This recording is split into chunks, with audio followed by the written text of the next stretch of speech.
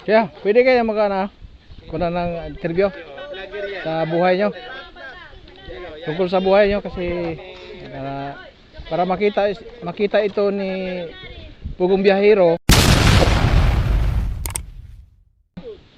para matulungan kayo. Dito na, basta kailangan natin makita yung mga pamilya mo, ang kalagayan nila, yung bahay nyo. Saka yung panganay mo na anak, na may anak na. Wala kasi ito yung anak. Ito yung panganay mo na sa kay madam. Tapos ito yung good morning mga ka-idol. Nandito tayo ngayon mga ka-idol sa Randelson site. So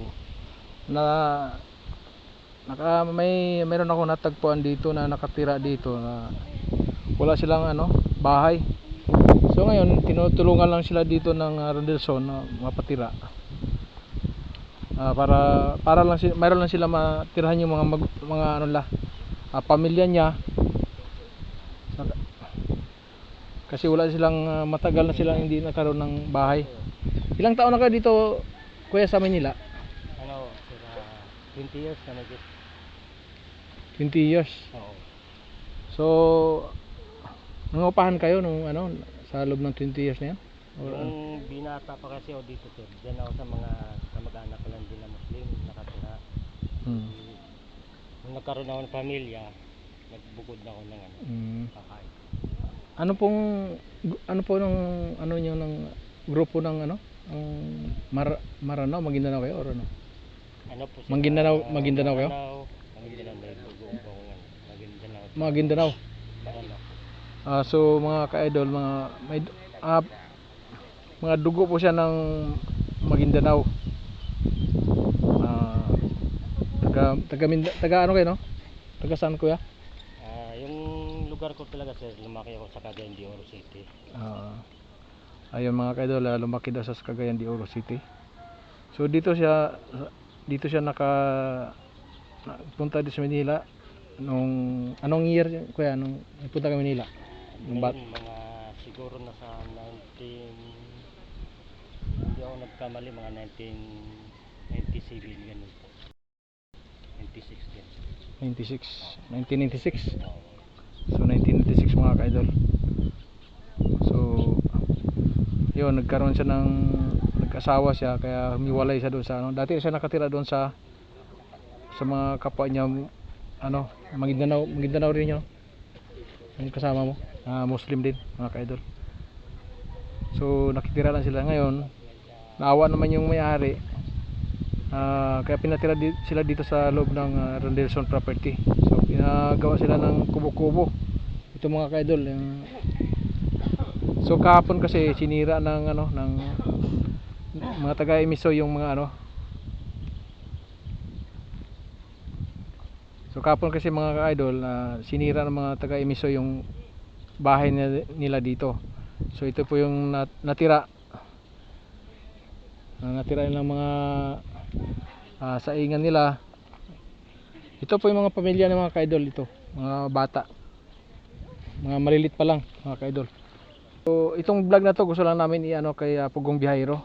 Sana matulungan nyo po itong pamilya na to dahil wala po silang bahay na matitirhan.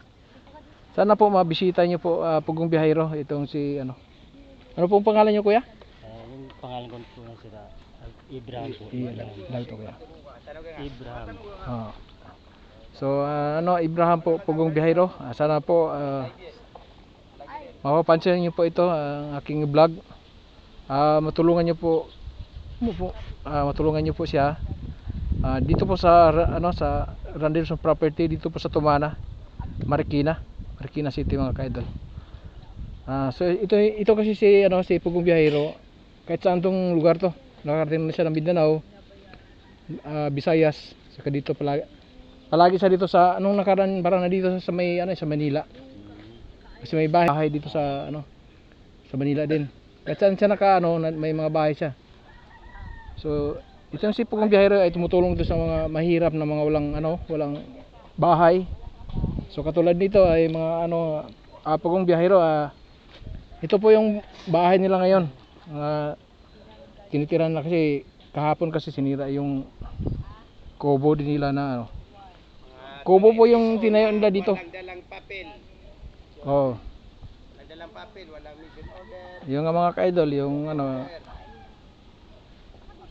notice order. yung nga nangyari mga ka-idol kasi nag-demolish sila ng mga bahay dito sa loob ng property ng Radisson kaso wala naman silang pinahawakan na ano, Ito, may papel. itong lupa.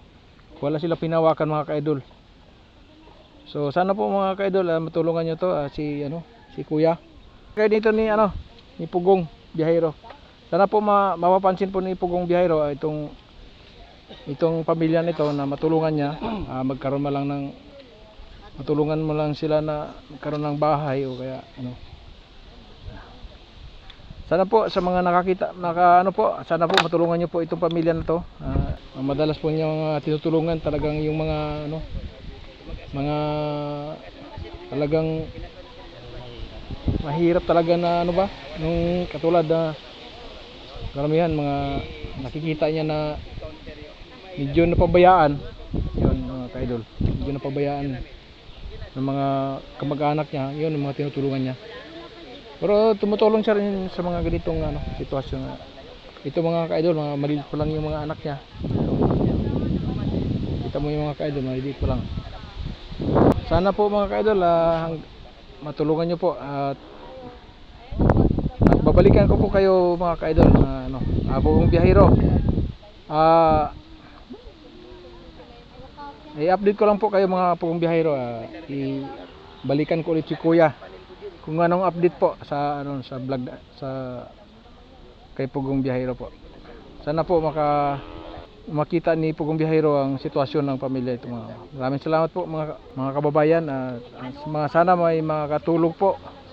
Sana po matulungan niyo po ito si Kuya at kay lalo na po makikita ito kay Pugong Biyahero na yung kaibtangan ng mga pamilya niya, sana matulungan at mabigyan ng mga munting tahanan po.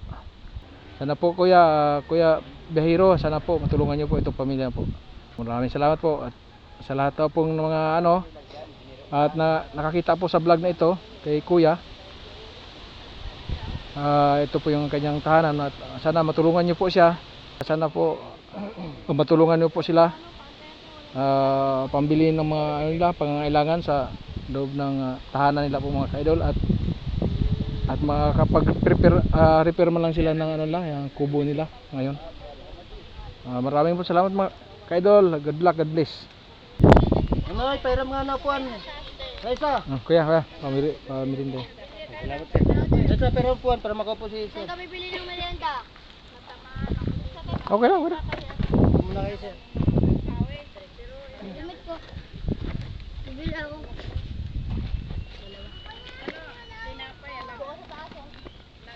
Ha? Mama, please. Iba?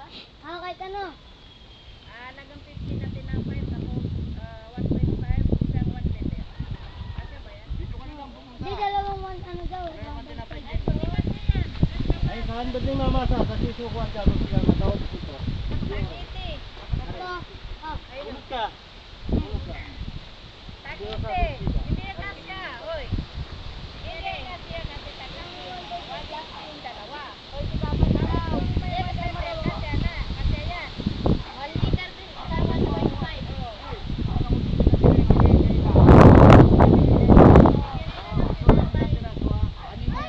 Sir, bibili muna kami na po. Sige Kuya. Yan na may tumaoy. Yan na may tumagong siya. Yan. Yan na may tuna.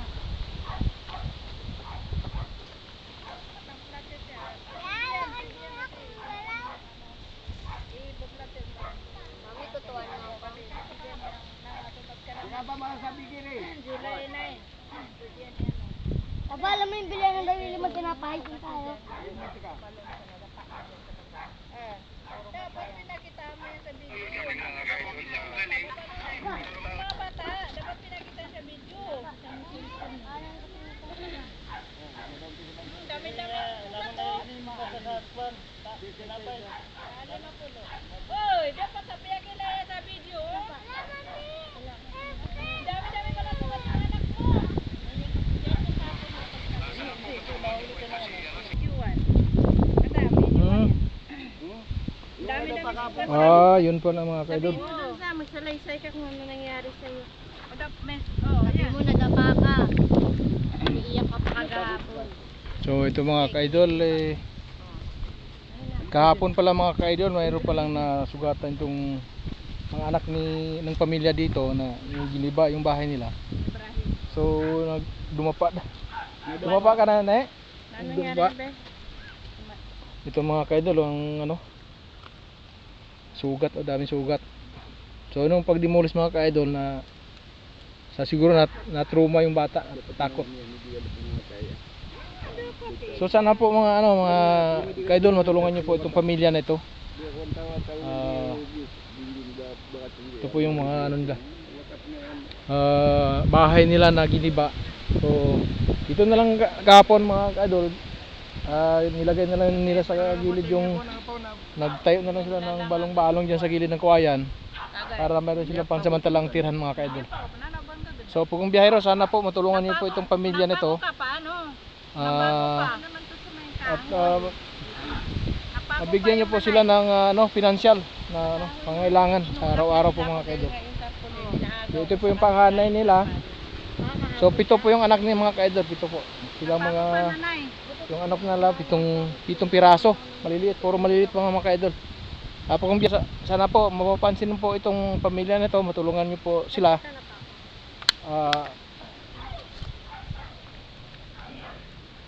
At mabigyan niyo po sila kahit magkano lang po, financial na pang araw-araw po. Bigyan ng hostisya. At mabigyan mo sila ng munting tahanan po para po matagal na po silang naninirahan dito na sa mga nakikitira lang sila. Ngayon kasi kailangan lang umalis sila kasi nagkaroon na sila ng sariling pamilya. Yun si kuya mga kaidol. Ito yung mga anak nila. Lilit pa lang mga kaidol. Yung panganay. Pag yung biyahero, ayun yung panganay niya mga kaidol. Yung mga anak niya, mga kapatid.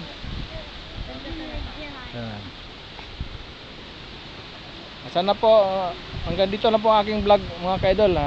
Maraming salamat sa inyong lahat. God bless.